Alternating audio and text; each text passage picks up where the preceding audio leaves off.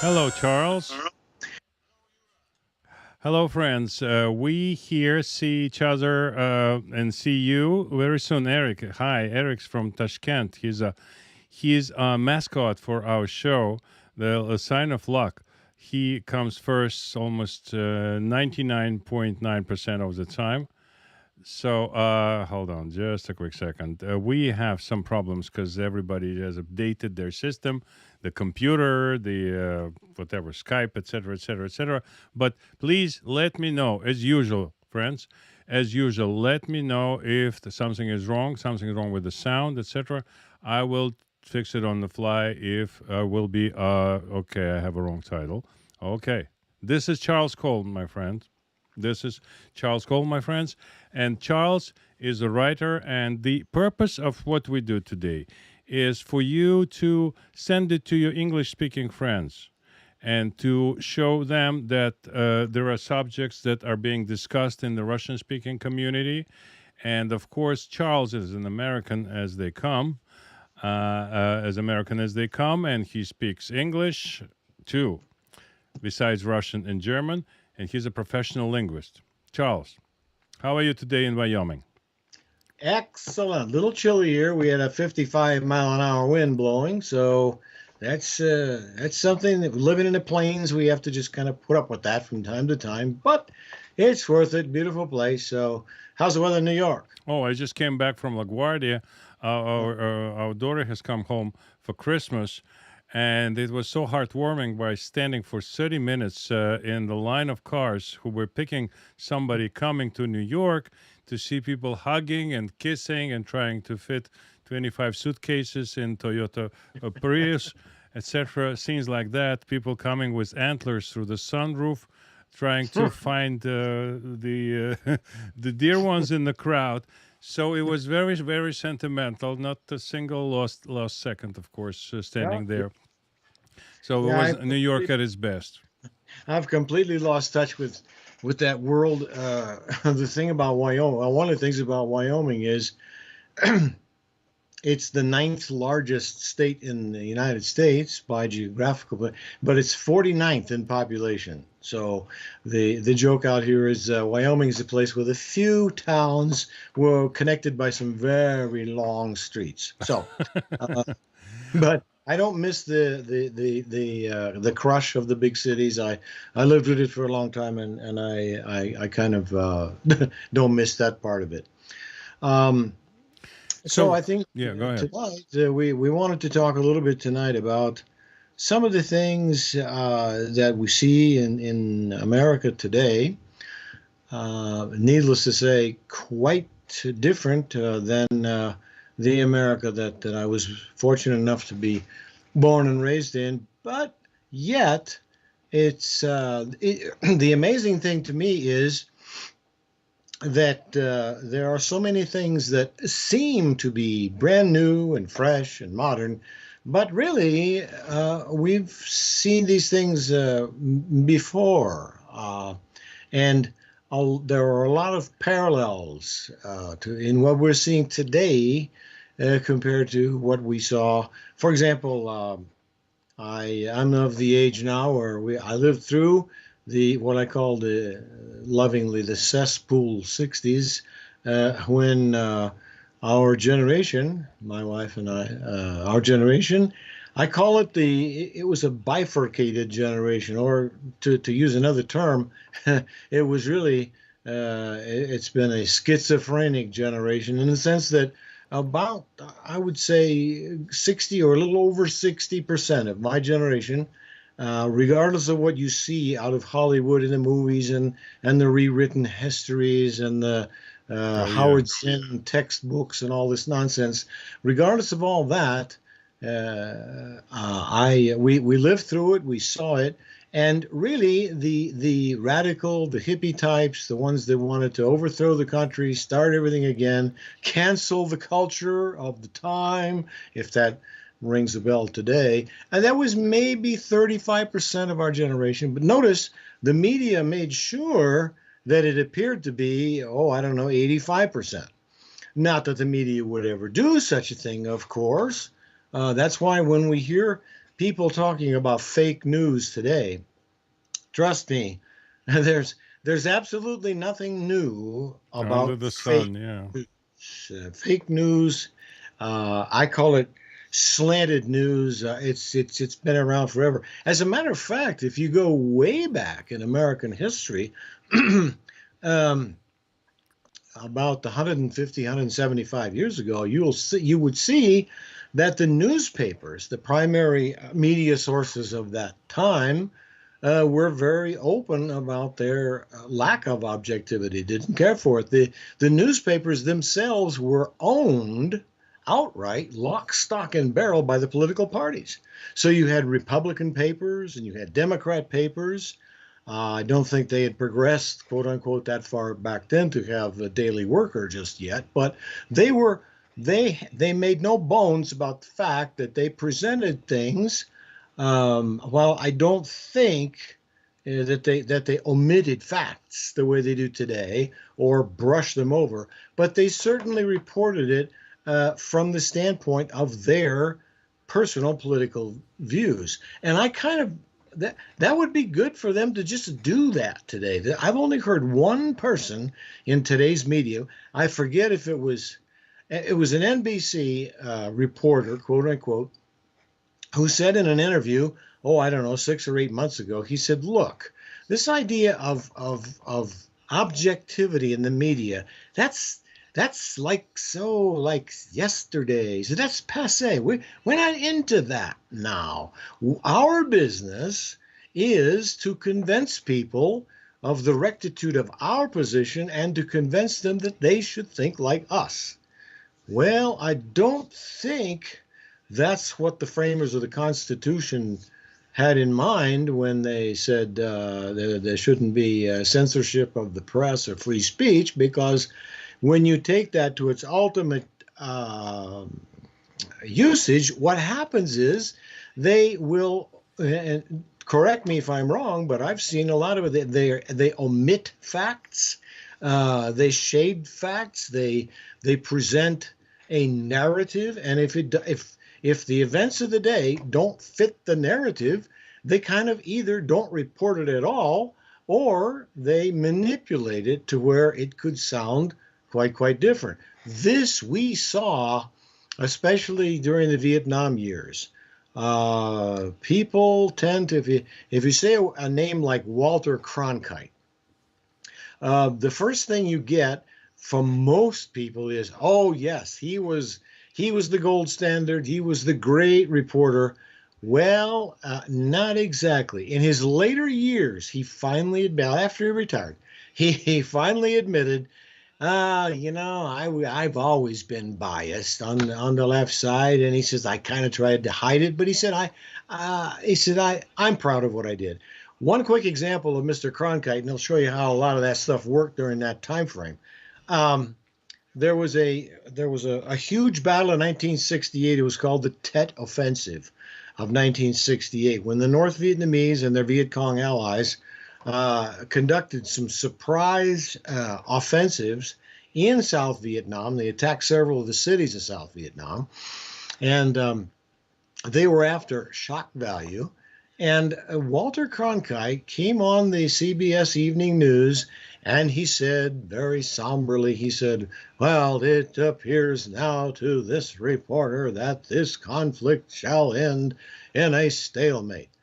The problem with that is there have been a lot of accounts published since that time showing quite clearly that militarily that was a total disaster for the North Vietnamese and for their Viet Cong insurgent allies.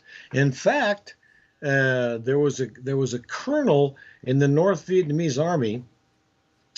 Tin was, I think, his name, and Bui Tin, and he reported years later. He said, it was amazing. We had always used the anti-war movement as a tool for us because it helped us to weaken the home front of the enemy, that is the United States. But he said the Tet Offensive was such a disaster militarily, we were ready to sue for peace until we realized that Cronkite and the media which he participated in were portraying this as if it were some type of victory for us. And we said, well, hold it, time out. Maybe we should just keep going with this. So that's one example from the past that has been totally manipulated, massaged, and frankly, simply lied about over time. And when mythology of that level continues over time, it almost becomes legend. And so there's an awful lot of that that's going on today. And we look at Vera and I look at the reports, et cetera. We don't watch much mainstream media news anymore because we've kind of broken the code of that. But when we do watch reports of news events, we see clearly that there is an overt attempt, speaking of fake news, to do exactly the same thing today. Give another example. Cancel culture. That's a brand new thing, right? The young people. I should stop and pause for just a moment because I do need to tell folks, especially the younger folks, believe it or not, hard as it may be to imagine now, looking at me, I was young once. And so I remember the enthusiasm of youth. It's every generation. I'm sure your generation in the Soviet Union was the same way.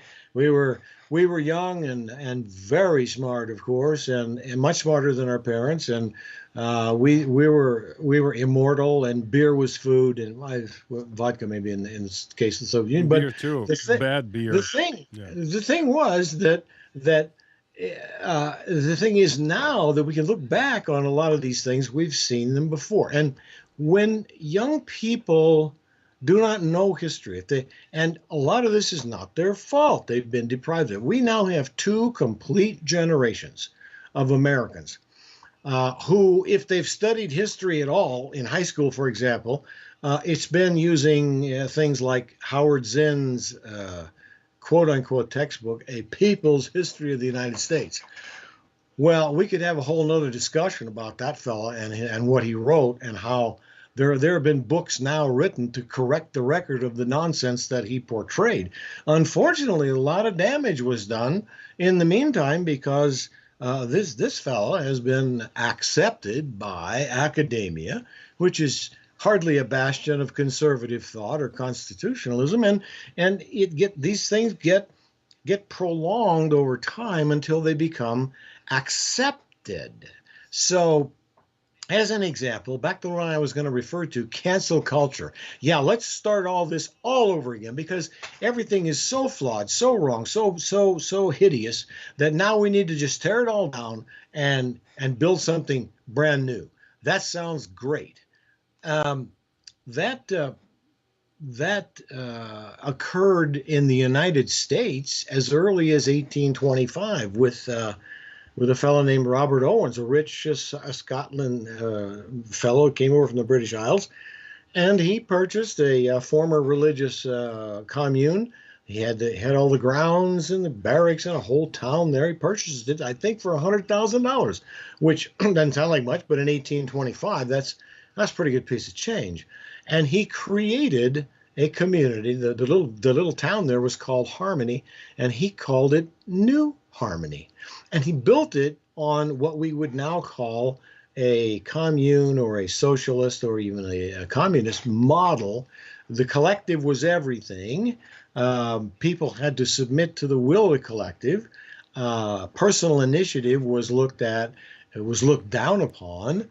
Private property was treated as an evil, and he despised religion, and he even went so far as to say marriage is one of the primary drivers of all evil in the world. Yeah, okay. So that experiment lasted about 3 or 4 years until it totally folded, and at that time, interestingly, Most people, when you say socialism, old days, founding, they think Karl Marx. Okay. And as a matter of fact, they asked the great Karl Marx a question. They said, Comrade Marx, or whatever they called him at that time, they said, listen, what do you make of this experiment in New Harmony, Indiana, or the United States, where they were trying apparently to do some of the things that you and they said, why do you think that failed? And he smiled and he said, well, he said, I could have told him from the beginning. The reason it failed is that socialism, or if you will, collectivism, cannot be voluntary. It must be compulsory. All right.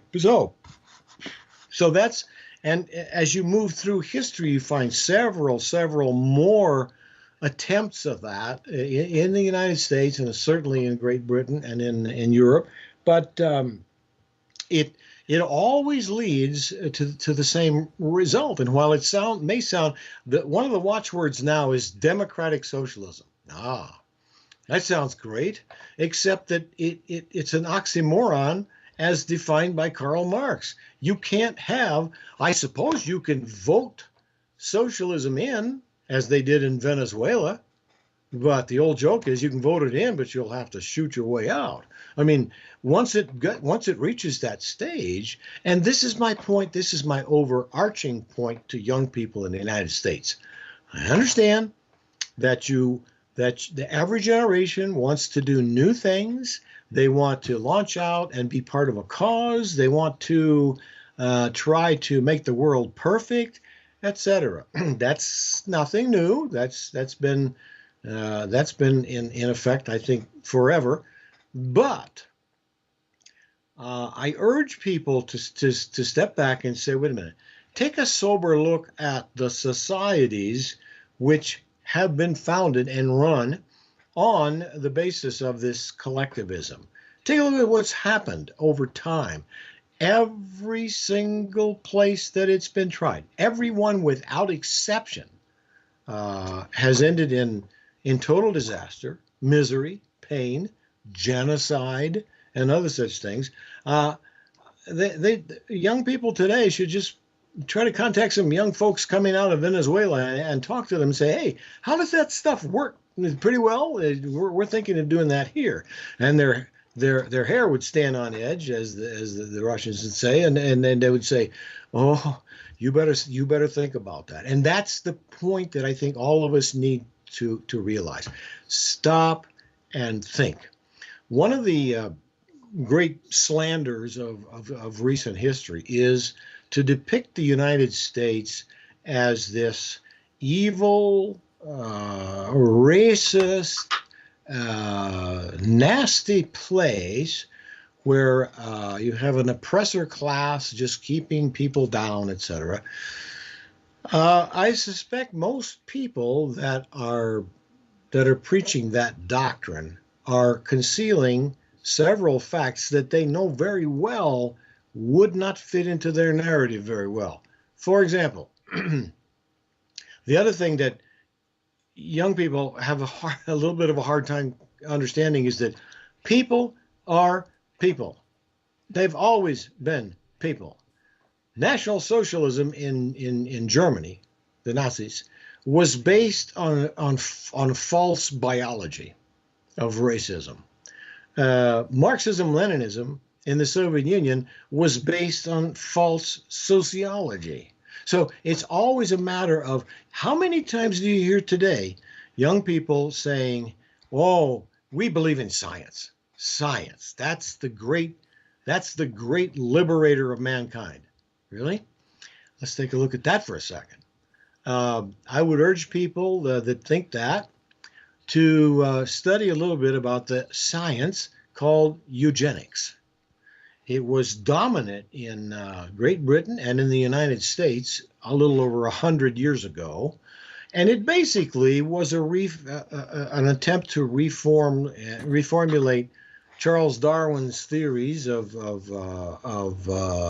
evolution of species. We can talk about that a little bit too if you want. But what happened was they were going to fix mankind. humankind, Take if this you will. old idea of old man Darwin and apply it for today. How to Hmm. rationalize human race. Hmm. That's the thing. Yeah, that's what they want us to do. That's yes. And Get uh, rational. by the way, I would mention, as far as Darwinism goes, here's a very good example of what can happen when people get so enthusiastically and zealously tied up in an idea such as science, science, science. Around the turn of the century, I think it was about a little over 100 years ago, they never Charles Darwin theorized that it was the evolution of the species. The problem was that he could not ever find his entire life, and he looked for it for the rest of his life, where one species in nature had mutated into another species. Couldn't find it. And so, therefore, they termed that the missing link. And they said, we've got to find the missing link. It's got to be there somewhere. Well, early in the 20th century, I believe it was, uh, out of Great Britain came a story. Ah, we have it. It was called the Piltdown Man. Piltdown man. People should Google that and see what the Piltdown Man was. In a nutshell, what it was is they found, supposedly, in this area, I forget whether it was a region called Piltdown or whatever, they found the skeletal remains of a creature which apparently appeared to have the jaw structure of a simian, Hmm. but it had the upper cranial structure of a human being, to include a human brain or a form of a human brain. And everybody, the scientists of the time went, "Hoorah, we have found it." 500 doctoral dissertations were written in support of the notion of the evolution of species based on the Piltdown Man. And it was all wonderful until an actual forensic analysis was done on the Piltdown Man's skull. And it turns out it was a total fraud. It was glued together. They took, in fact, a simian jaw, and on there they superimposed a human cranium. Guess they didn't It have was Photoshop down. it was it Would could be have been easy. photoshopped nowadays, yes. But you see, there's an example of how far afield they will go in order to prove something which didn't exist. The Nazis tried very similar things. The SS had in Germany in the 1930s an institute which was called the Ahnenerben Institute.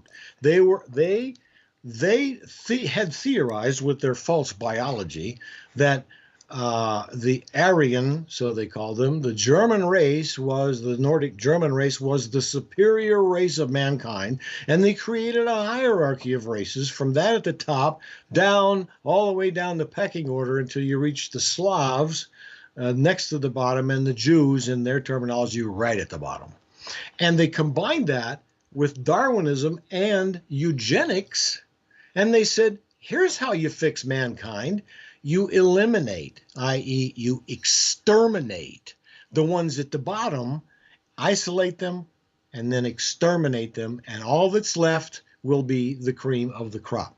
We saw how well that worked out.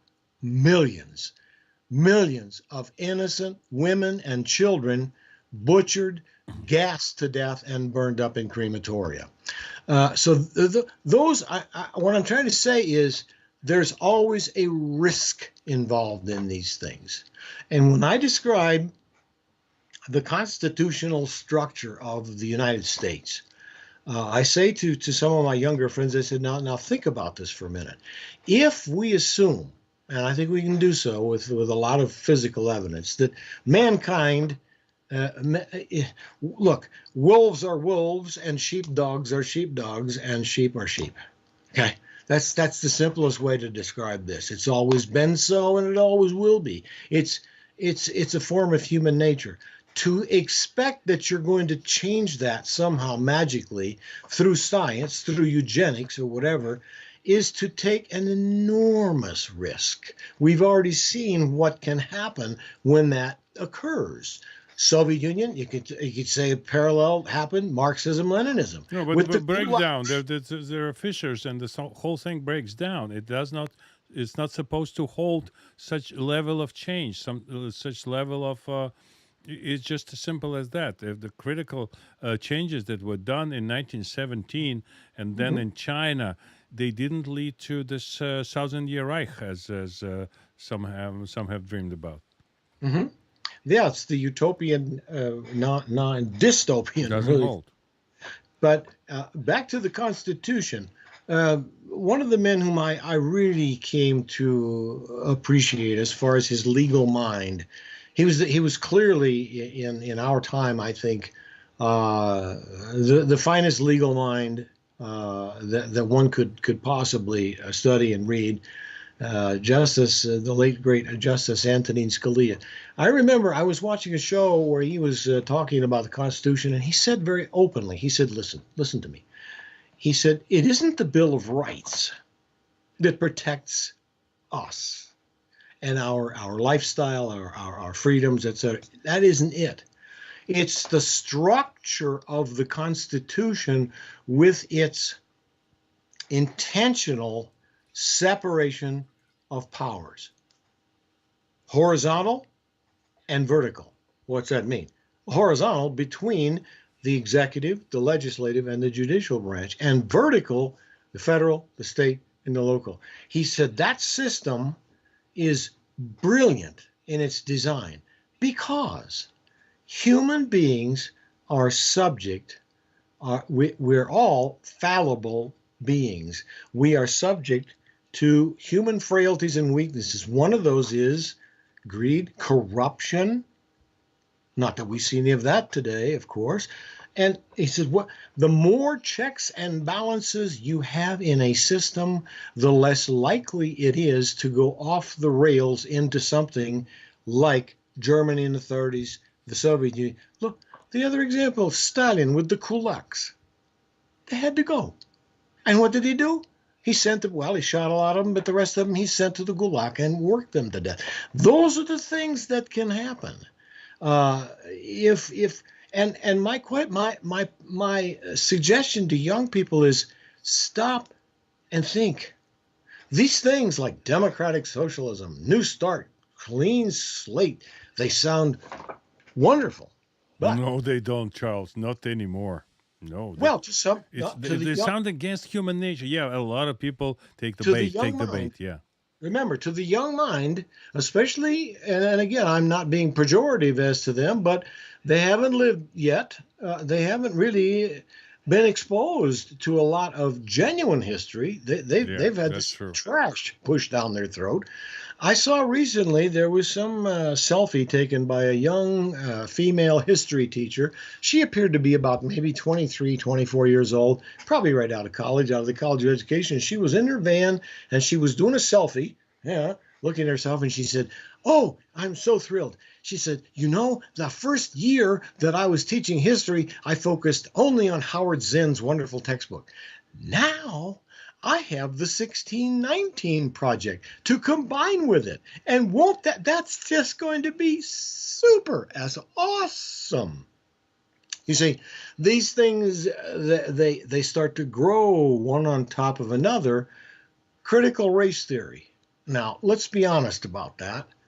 Uh, there's absolutely nothing new except the racial component to it, because what they did is they added the word race in the middle of Herbert Marcuse's critical theory.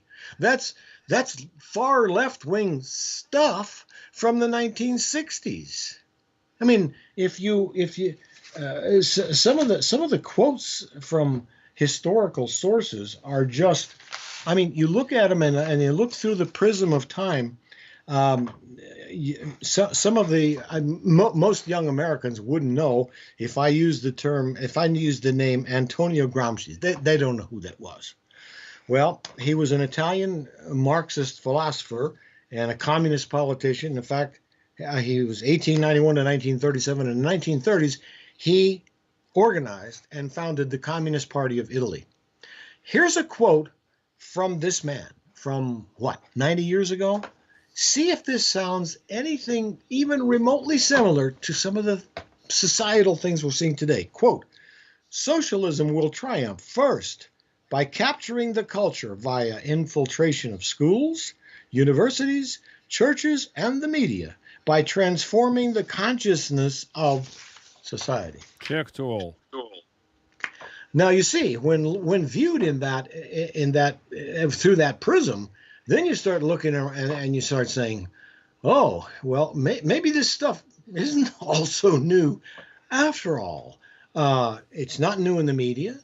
It's not new in academia. I salute again our good friend Professor Andrei Znamiensky for the wonderful work that he does, both on his channel Magus West and also in his classroom. When I watched an hour and 10 show on Magus West where he delineated the Frankfurt School from Europe, its foundations, what it was, how it filtered and bled over into the United States, et cetera, and how some of this stuff got started. Brilliant. People need to understand something very basic. And I heard a man say this one time, and it's just, I mean, I was thunderstruck by the simplicity, but the reality of it. He said, history is the greatest early warning system of all. And it is. Mankind was given, humankind, sorry, ladies.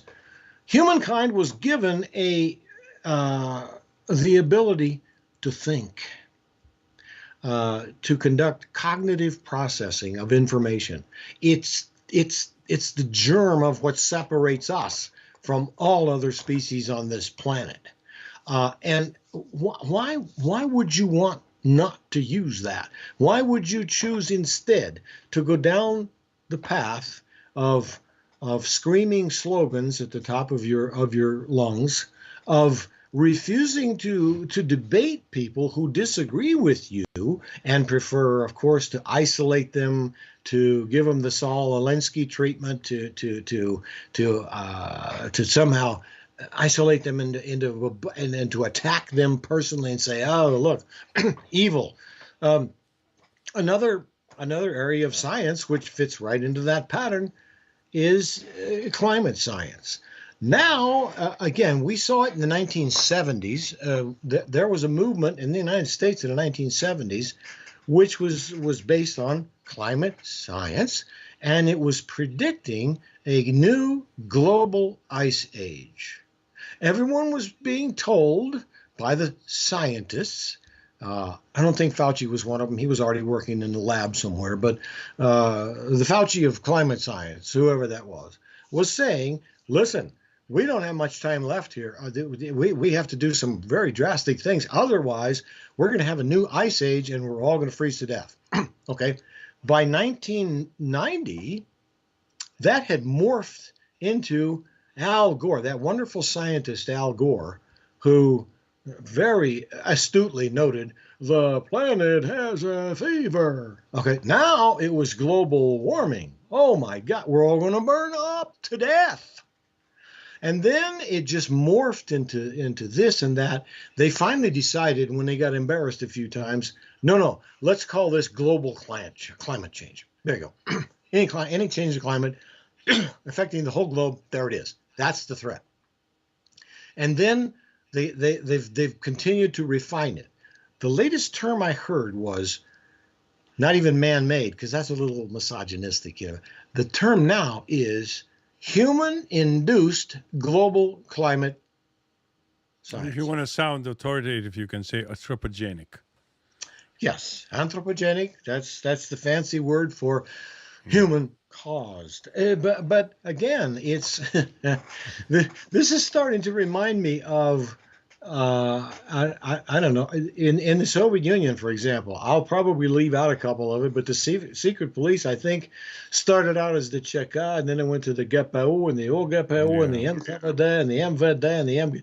I mean, every time they changed the name, I suppose they thought people were going to think that brute is gone. Now we'll be okay.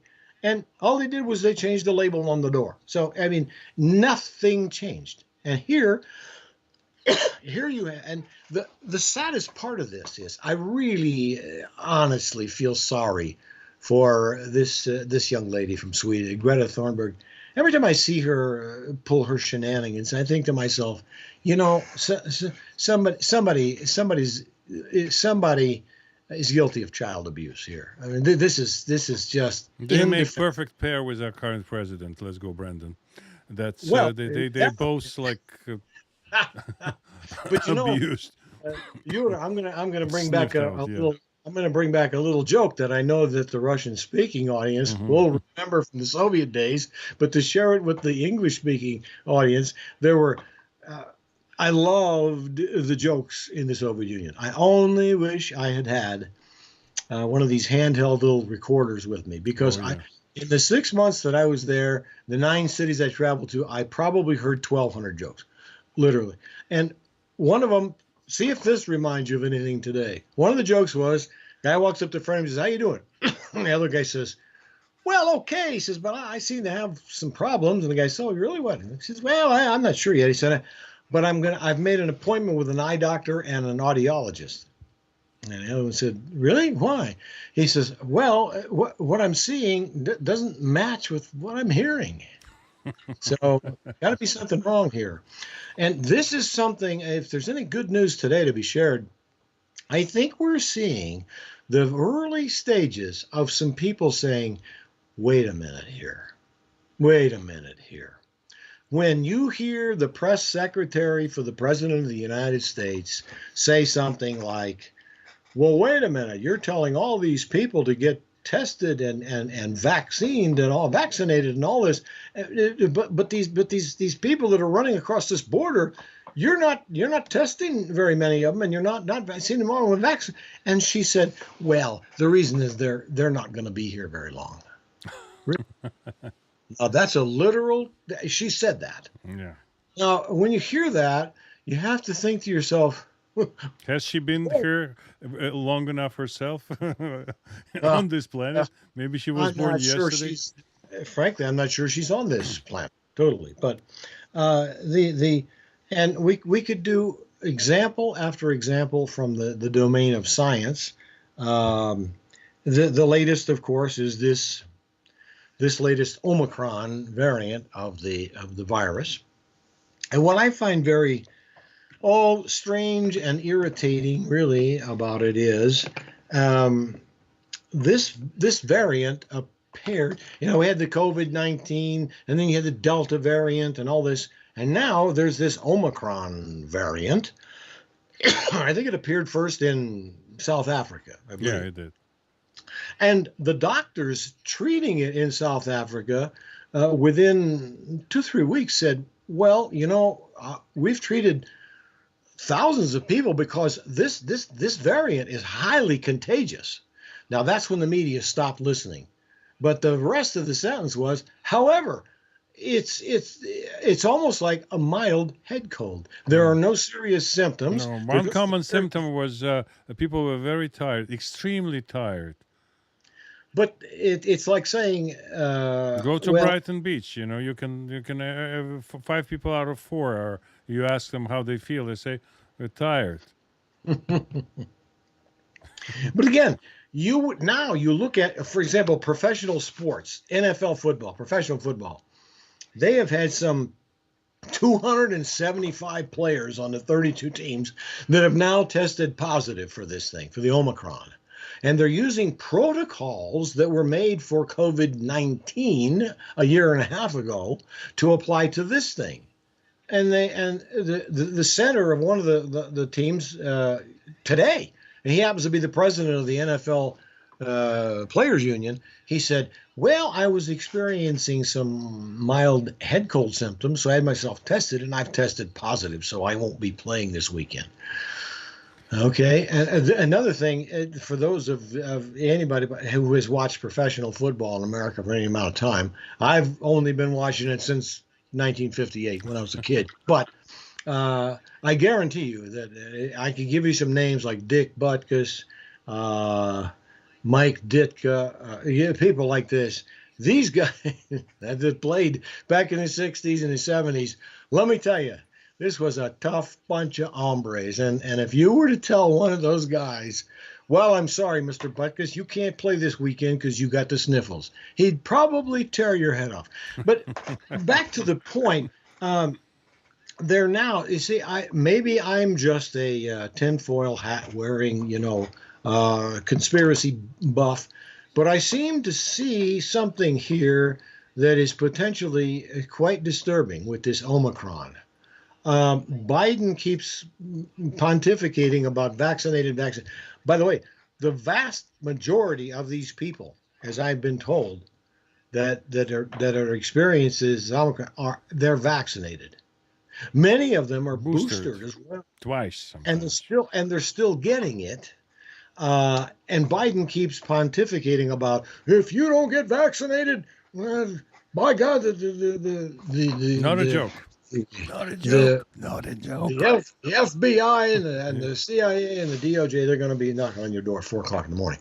Well, in this, I seem to if you look back at what happened in the 2020 election, who was it? Rahm Emanuel from Obama's White House said, never let a crisis go to waste. So after the virus appeared, these Democrat lawyers descended upon the state courts in places like Pennsylvania, Georgia, Wisconsin, Michigan, Arizona, Nevada, and they convinced the judges that it was dangerous to have voting going on in these polling places. We need to social distance, and the best way to prevent that from happening is mail-in ballots. Mail-in ballots. I would simply say on that score, there was a bipartisan, and it was really a bipartisan commission in 2005, 16 years ago, that did a study on electoral integrity. And they put out a pretty good report. And part of that report said among the most susceptible to fraud, manipulation, and outright cheating is mail-in ballots. Yeah, it was done by Baker and Carter, and the Carter Center of International Policy, and they use this paper to train monitors who go to other countries. And they say you go to another country and you observe the system by which they vote, and you want to evaluate it. Is it democratic? Is it wrought with fraud and abuse? And the first tell, Charles, is mail-in. Mail-in voting.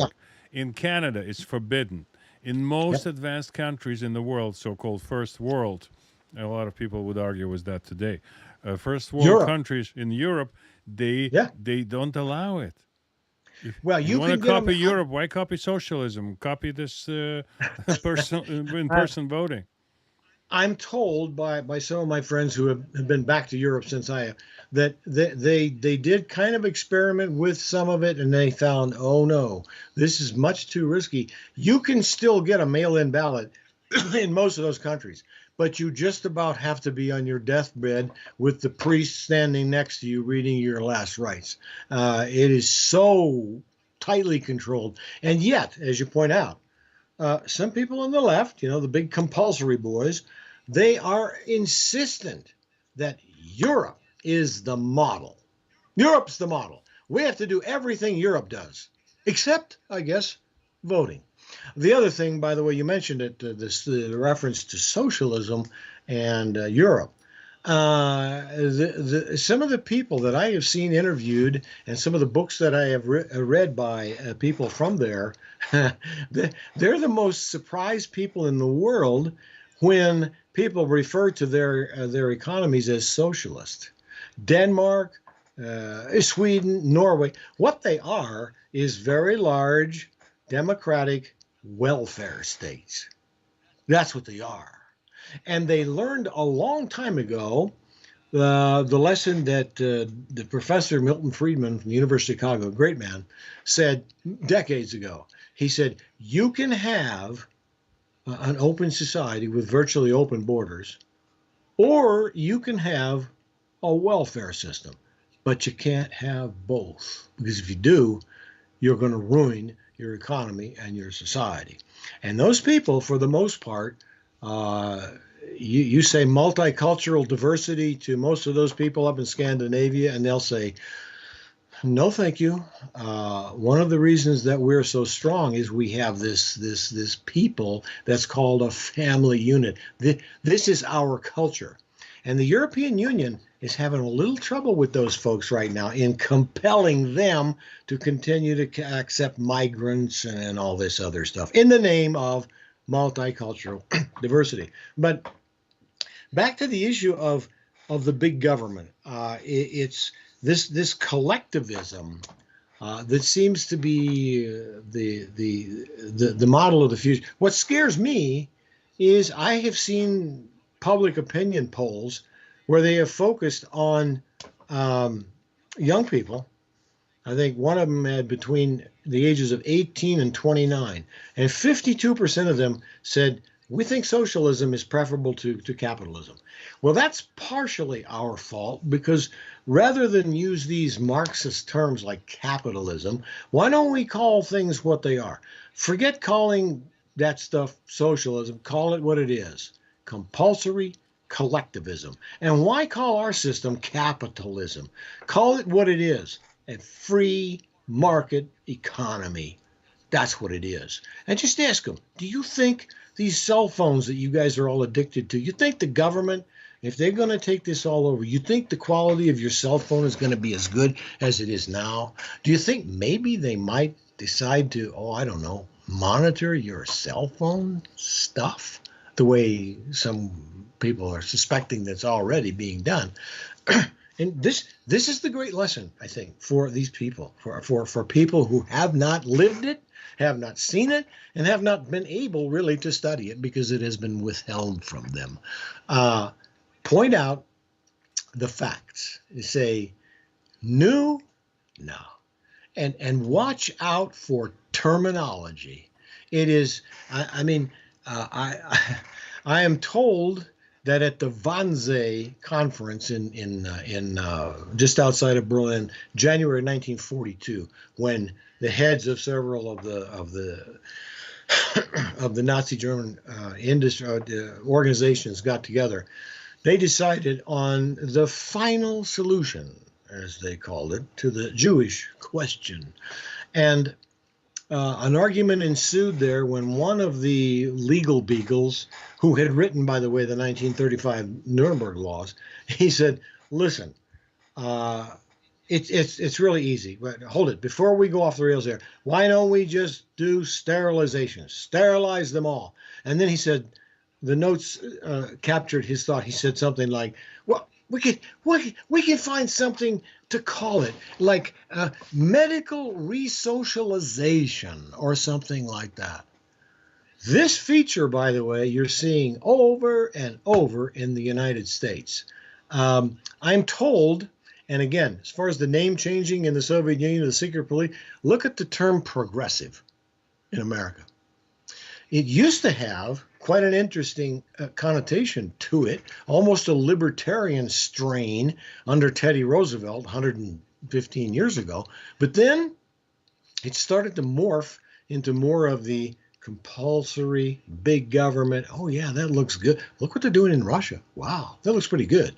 And the Soviets, as you well know, used the term progressive a lot. Well, by the 1930s, early 30s, people started to say, wait a minute, we can't keep calling ourselves progressives because they're going to associate us with that. So they thought up liberal. Let's call ourselves liberal. There you go. That'll do it. And and of course, the people to whom they were talking heard the term liberal, and they thought of classic liberalism, not the type that it has morphed into be. And now it's morphed back to progressivism because you link it to the idea of progress. Oh, who could be against progress? Yes, let's define progress, shall we? So these concocted scenarios that you see all over the place. Build back better. What? Build back better. That sounds great, doesn't it? Yeah. Wow. Yeah. Now I understand. Now I understand the progressives they're already shying away from the term democratic socialism. Have you heard the new one? They're going to call themselves progressive pragmatists. Mm-hmm. There you So, go. There you it's go. no wrinkle. Well, yeah. So there's no progressive stuff. There ain't no this hard left stuff. No, we're pragmatic progressive. It's like, well, Lenin started a lot of this, as you well know. If I said to most Americans the term democratic centralism, wow, that sounds good, doesn't it? Until you study it and you realize that what Lenin meant by that was, and he explained it. He said very clearly, he said, what that means is that we, Bolsheviks, we can, behind closed doors, we can argue with each other, throw stuff, throw the furniture, scream. But when we decide on a party position, as soon as that door opens and we walk outside that door, no one is ever to disagree with what the central authority of the party has decided. That was his democratic. But it sounds great, doesn't it? Wow, democratic. Sort of like in Yalta when Stalin finally agreed, just to get Churchill, I think, to shut up. He said, "Well, okay, yes, all right, we will ensure, since the Red Army's, we will ensure that." In Poland, after all the hostility, there'll be democratic elections. Oh, good. Everybody applauded. Of course, when he used the term democratic, it meant something whole lot different than any Brit or American would have understood. And but This whole again, play on words, I just wanted to say it regarding the word collectivism. There is a line of thought that I used to subscribe to some time ago, quite some time ago, that was like America and Russia, Soviet Union are so similar in so many ways. We love fun, we love parties, we love alcohol. By the way, progress, and progressivism. Progress is good, progressivism is bad. Like alcohol is good, alcoholism is bad. So that's for the grown-ups joke. So, yeah. but collectivism in the United States, looking from Kremlin, look at the how they built the Empire State Building like in 1 year. Mm-hmm. They gathered together. It was collective work. Everybody worked as a single team. Everybody was like putting their heart into the work. We do just the same. We gather together somewhere in the middle of Siberia. The difference, we put some barbed wire around this whole area, and we put some barracks there so people cannot go anywhere. And we dress everybody. They don't have to think about getting dressed. We have affordable, simple attire for them to work in. We give everybody the same type of axe. And they go and they build this railroad, this plant, this mine. They start building and they're creating the city above it. So that's how they interpreted collectivism. That collectivism in the United States, the work of people who gathered together under a certain common goal to build, to create. That's like Adam Smith, what he said about the baker who is there not for you to have fun and eat hot bread, fresh bread in the morning. He's trying to make a living. He's making a living. You are just happen to be the tool that he's using, that he's using for his own benefit. There's nothing wrong with it because you like what you get and he likes what he gets. Right. Who's to Well, blame there in the situation? I guess I would take issue with whether or not the Empire State Building was built in a collective. I think what it was a joint effort. Now that's where the great distinction comes It was in. a joint effort, but from Russia, looking from Yeah. Soviet Union, it looked like Sure. the people gathered together. There's no capital, of course. The government gave the money, and the government overseed, and government provided the materials and the plans built by government. So from Russia, looking from there, you wouldn't see the difference because a big collective effort. Let's do a big collective effort. Let's build a collective farm. They don't have collective farms. Let's have a That worked colchoz. well. That worked well in 1933, didn't it? Yeah. How many Ukrainians starved to death? 7 million? I just thought, we had a program about Herbert Hoover here in Russia. And I Mhm. thought, like, every 10 years, the United States helped actually Soviet Union to get out of the crap hole. Mhm. Everything, 1921, Povolzhia, Volga. Uh, Mhm. Mhm. 1931, Holodomor. Yeah. 40s, World War II. Except I would have to say, Yeah. to remind everyone, except for the great Franklin Roosevelt, because what he helped Stalin to do was to enslave all of Eastern Europe. He gave away that which was not his to give away. A couple of quick things. I Yeah, know we're sure. probably running out of time. Um, the um, the thing about the terminology, that reminded me of another famous, or I think at the time in the Brezhnev era, jokes that was that the Marxist-Leninist philosophers, they the party big minds, they when Marx, they were working out the model that you would progress from a Marxist state to a gradually to a communist state. And the joke was that, well, between Marxism and communism, they left out, of course, the one stage that is mandatory, uh, alcoholism. So Yeah. the other thing was, I remember distinctly during my trip, just something you said reminded me of this. And it's indicative of the problem that we have, I think, in America today with some of the younger folks.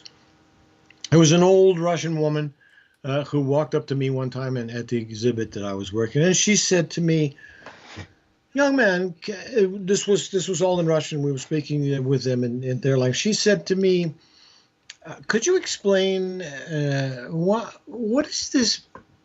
What is this system you have with two political parties? Can you explain that to me?" And so I started, the standard spiel about the competition of ideas and blah, blah, blah, blah.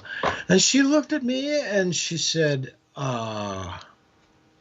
well, but you see, we have our wonderful Communist Party, and that party ensures that we're all taken care of. They give us work, they give us food, they give us education, they give us health care. We don't need to argue about these things. And so I kept trying valiantly, and finally she looked at me about 10 minutes later, believe it or not, and she just shook her head, and she said, "Well, that's just chaos," and she walked away. Um, it's much the same way with some of these folks, especially the college elite, I guess. They seem to be so convinced of the rectitude of their ideas. And my response to that is, okay, then you shouldn't be afraid to discuss it. Maybe there are other aspects that you haven't thought of or that you don't know, believe it or not. And yet you run it. Sometimes you run into this brick wall.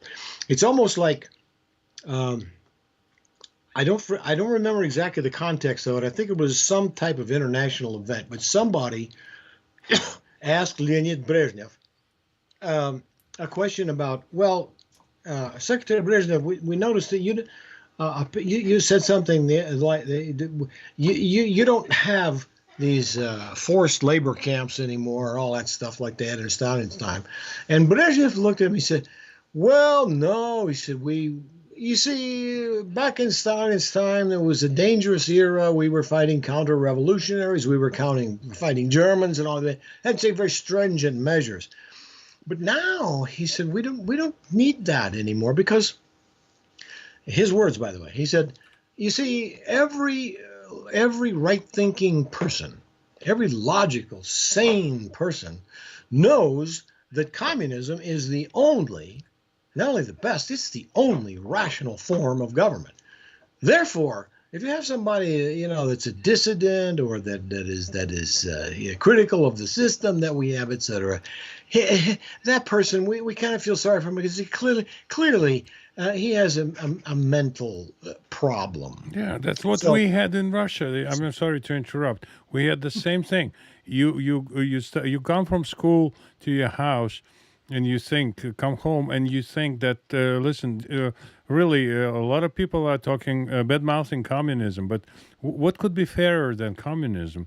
Hmm. Everybody, the sun is always good, shining, the weather's good, you have a roof over your house, you're dressed, you're fed, you have your friends near you, there are songs Hmm. to sing, there is a piano made in the USSR, there is a guitar made in the USSR. What else do you want?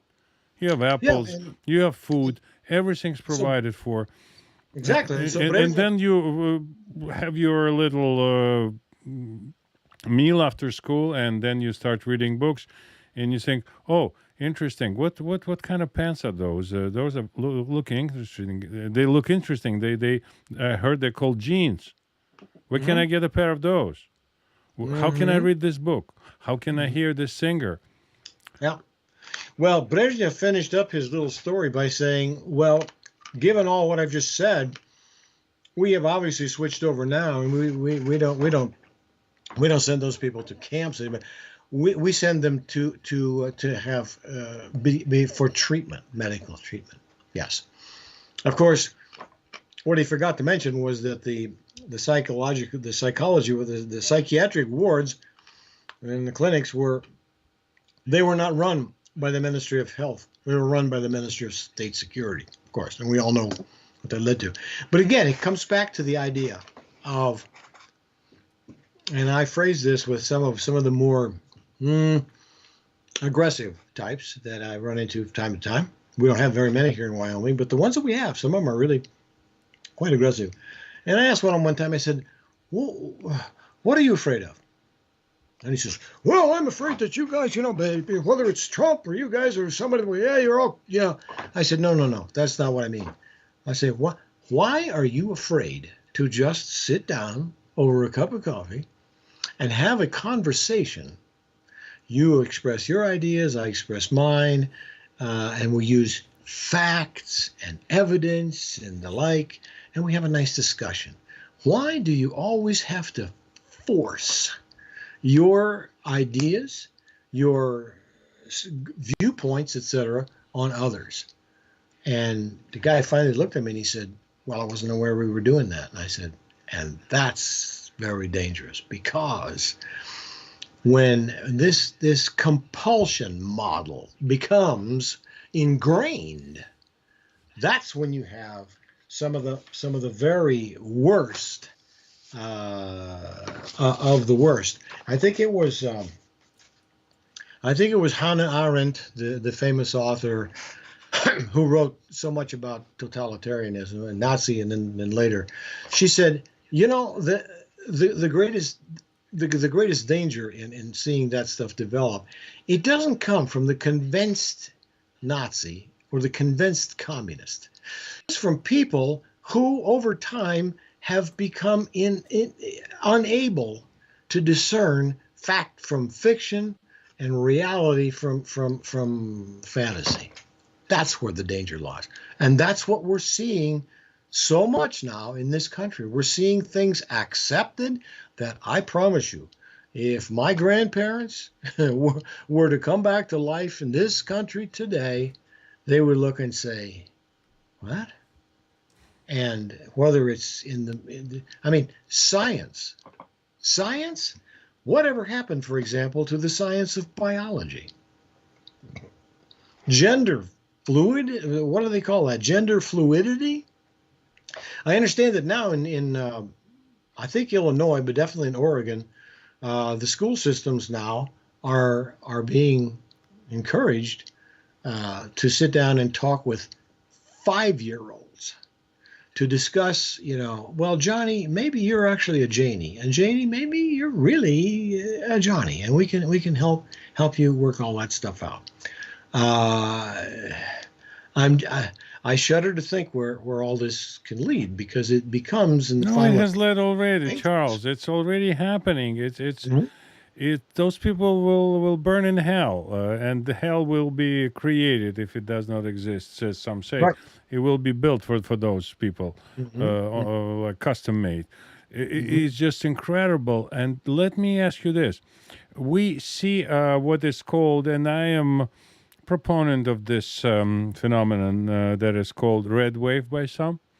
That more and more Republicans are coming back to life, so to speak, and they're poised. The Republican Party, conservatives are poised to take back the Congress. And we see every time they have sex change conversations with kids, with tiny tots, they have all those racial maddening pronouncements like CRT. They have this deficit thing now, inflation thing. Sorry, inflation thing, deficit thing, the disruption in transportation. Of course, the fashionable diseases, some Russian call it. We have it as well, and mandatory this and mandatory that. What would be the last straw, or has it already happened for Americans to say, stop, no more, that's it, line in the sand? Is there such thing? That's Because or well, it's just all of the above. it's that's a very difficult question to answer as to the American people, because one thing that has afflicted the American people for a long, long time, I came to call it at one time the Pearl Harbor syndrome. When let's just go along and man, no problem, and then all of a sudden you look up and say, well, what are those red dots on those aircraft over Hawaii? I'm not sure when that moment would happen. Again, I hope that there are some positive signs. Virginia, for example, was a very positive sign because finally, and sometimes these things are they're self-inflicted wounds on the left. When they made so many school children stay at home during the height of the virus, and they were sending things home for the students, for the kiddies to study and learn, and the parents started looking at what it was they were teaching them. They said, "What? What's this crap? What?"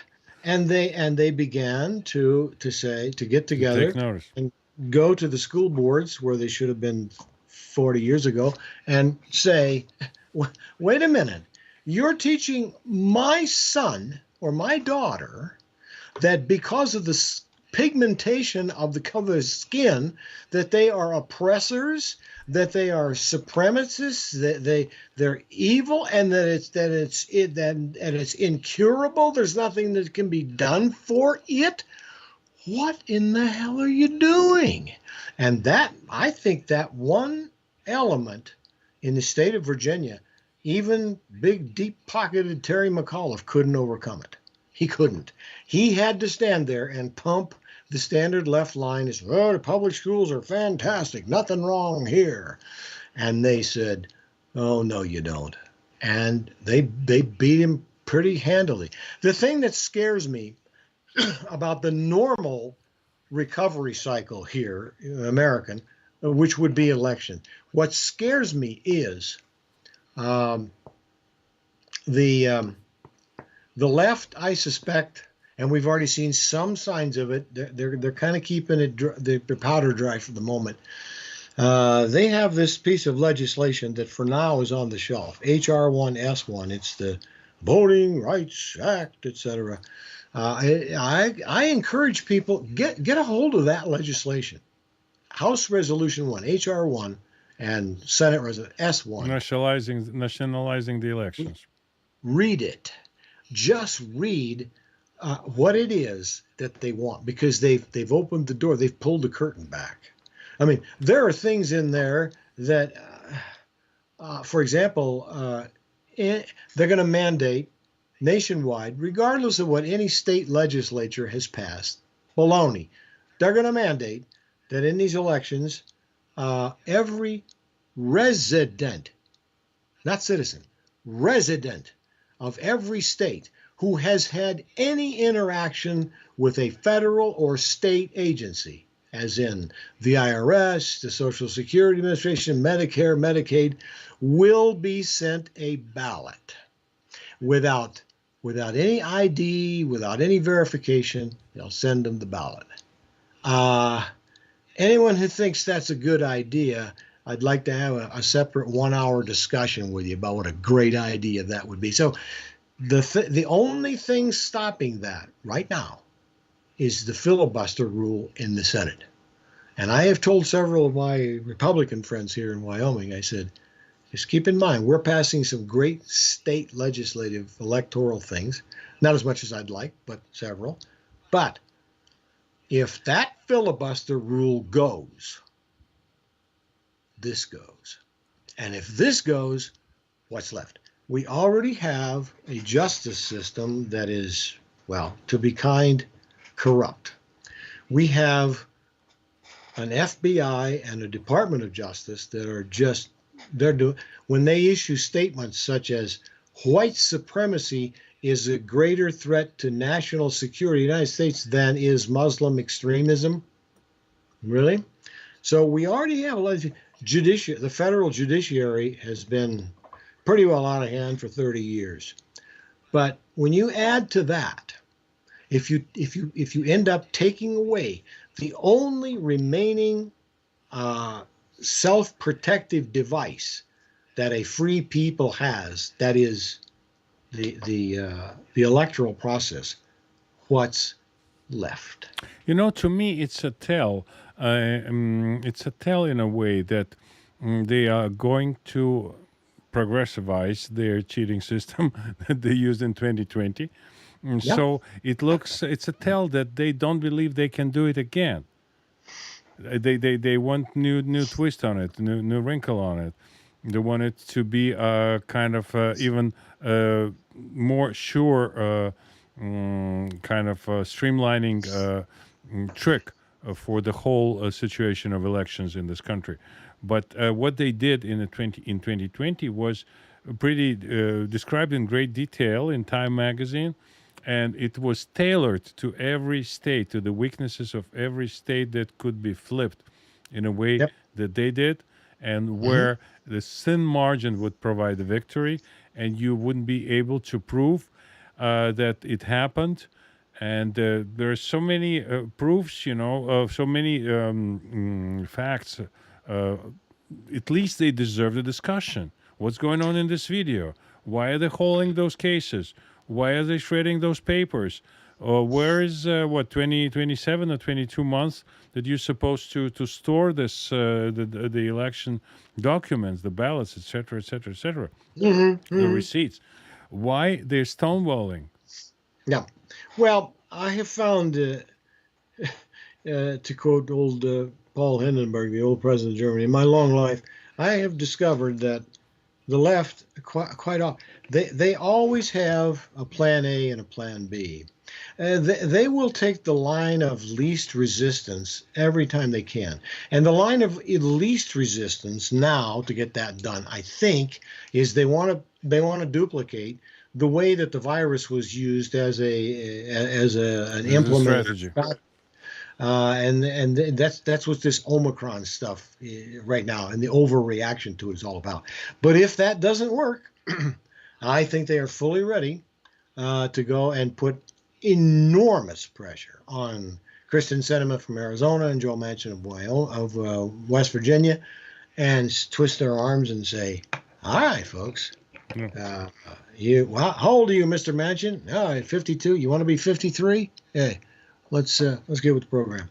I don't put it past them, not literally, but I mean, you know what I mean figuratively. The thing that really scares me is that so far there have been, I think, way too many people. And I know Republicans, good Republicans, who think this way. Well, the 2020 stuff, that's behind it. We have to stop talking about that now. Believe me, behind the closed doors of the Democrat Party, they haven't stopped talking about it. And they are always preparing a newer way and a They're better learning, way. and with those people, everything is slave hand. Everything is legerdemain. Everything is a trick behind which there is another trick. And of Yeah. course, you're right. If one first thing fails, they go to another, and then they have the third one ready.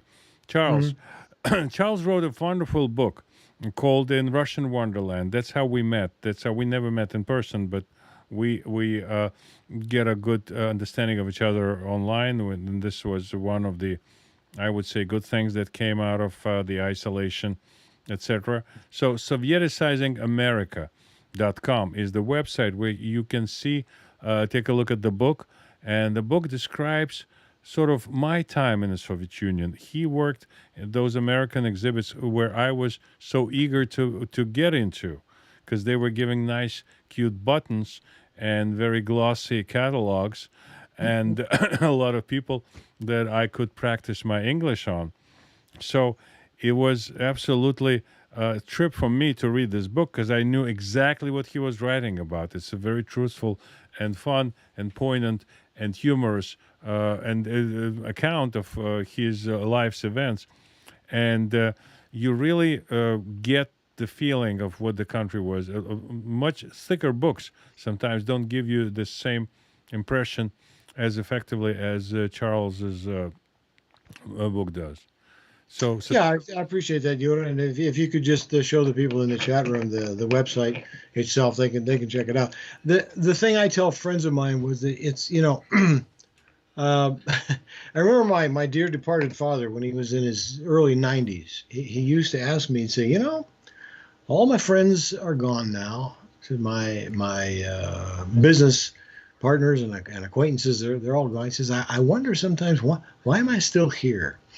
And the longer you get in the tooth in this life, you do start to wonder about that stuff. But as I think back on that experience now, as I told a friend of mine the other day, I was fortunate. I was uniquely positioned at that moment in time because by the time I went there, I had studied, used, spoke Russian for about 6 years, so I was pretty well conversant with it. I knew what the Soviet Union was from the old Russians that had taught me Russian from the time I started studying it, and then during my university studies. So I knew it was a reconfirmation for me of everything that they had told me, and it was also a chance for me, an American, to walk in there and see this up close and personal and actually experience it in a personalized way. And I thought to myself, I need to share this with people because I remember when I left the Soviet Union, it was still a pretty turbulent time. It was late 1972. And I thought, man, if only more people of my generation had the opportunity to see what I saw live, in person, on the ground, I think it would benefit them in their world outlook, shall we say, quite a bit. So that's the part I tried to share with people. And that's what I say to people when they say, well, why did you write the book? Well, I wrote the book kind of to show people here, because people like yourself and Professors Naminsky and Palant and all the others that you talk, it's one thing for Americans to hear from people like yourselves who lived it. But then all of a sudden you see you read something from somebody from the purely American perspective that saw it and was aghast at some of the aspects of it. I point people all the time to the event in Leningrad in the pavilion there where they hauled the young man away in our presence just for speaking out in front of the Soviet Union. And when you're a 23, 24, 25-year-old American, you can't imagine what that's like. People can tell you about it, but until you actually see it and experience it, it touches you deeply and permanently. And again, the things that I did find, I then, as you know, I went back to the States. I ended up back in the military system that I'd learned the Russian language, and I taught it for many years after that. And I worked side by side with literally hundreds of former Soviet citizens and had a chance to interact with them over the decades. And it just reconfirmed everything that I'd seen. So I hope that maybe that's why the good Lord has said, here, you stick around for a little longer and maybe you can help some of these people understand that the risk that they would take by following that that line, the democratic socialist line, or whatever they want to call it, the risk is is just enormous, and frankly, it's needless. Yeah. It's scary. And they're It's needless. playing with what is not theirs to play with. Yeah. That too. Charles, thank you Yeah. so very much. You I bet. always enjoy a conversation with you. Please have a Merry Christmas and a Okay, you jolly too. Happy New Year, whichever Mhm. way you would prefer it, in the locality of your choice and with best friends you have. And may all your plans come true. That Okay, same to you, Yura, and good night to all your guests, etc. Always enjoy talking to you. It's been great, and have a great holiday season. Okay. Goodbye, everybody. Bye, Charles.